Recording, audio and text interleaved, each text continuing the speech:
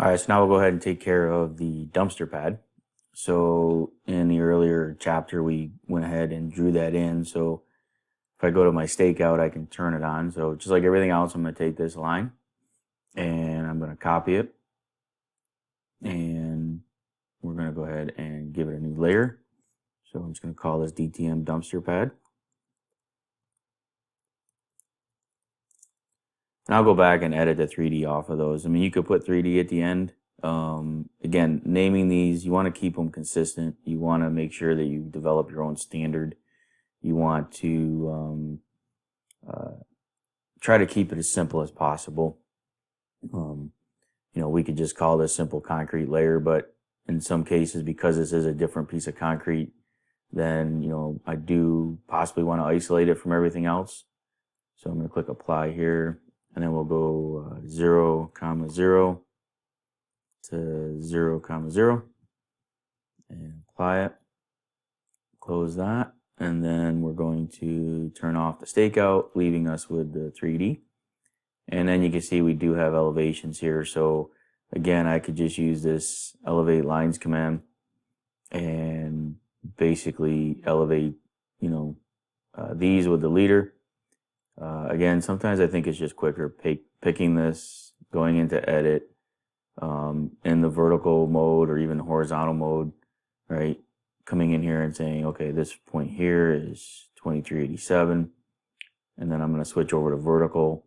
And you can see rubber banding off of this, picking that, rubber band off of that, picking that, rubber band off of that, and pick that. And that puts in those. Now, I also have in here, and if we take a look, I can see that this line is, kind of really going through that curb line. So what I might do in this case, I have that curb, the concrete pad's going to go underneath it. The curb is actually above it. So what I might do in this case is come in here and actually break this object. So I might want to break it where this curb line ends. Okay. And then I'm going to come over here, select this line, right click, and I'm going to break it at the crossing of the bottom of curb. And I'm going to click break. And you can see, let me close this. That little line segment there, I'm going to get rid of because I just want the line to come into there, and then it'll just come into here and it'll triangulate, to that, hopefully to that elevation right there. And we can verify that if we click on this and edit. We probably want to make that's 62. We probably want to make that the same. They really don't give us a call out, but they do give us that. So I'm going to say it's, you're talking 300s there. So I'm going to click this, and I'm just going to go ahead and make that point there. All right. And then the same thing over here. If we look at this side, you can see we've got that contour line that runs along there, and these lines do cross in here. So what I'm going to do is probably, I could go either way with it. If we turn off this, so I'm just going to turn off my contours for a second, and I can see that those are running through there. So what I might do is just take this concrete pad, and I'm going to edit it, and I'm going to add a vertical point at the crossing of this.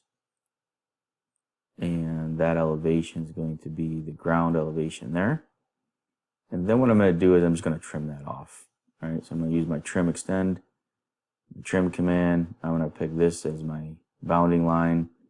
And then I'm going to come in here and trim that. And I'm going to trim, let's pick that as my boundary line. So I probably should have done multiple. And then what I could do is select both of these and then click apply. All right. And then I should button that up there, right? We may have to adjust this one here back a little bit because we're going to have two lines on top of one another. So what we can do there is we could just slide this guy back a little bit And I'll show you that later because I want it to actually make the flags so I can show you what to look for when you build the surface.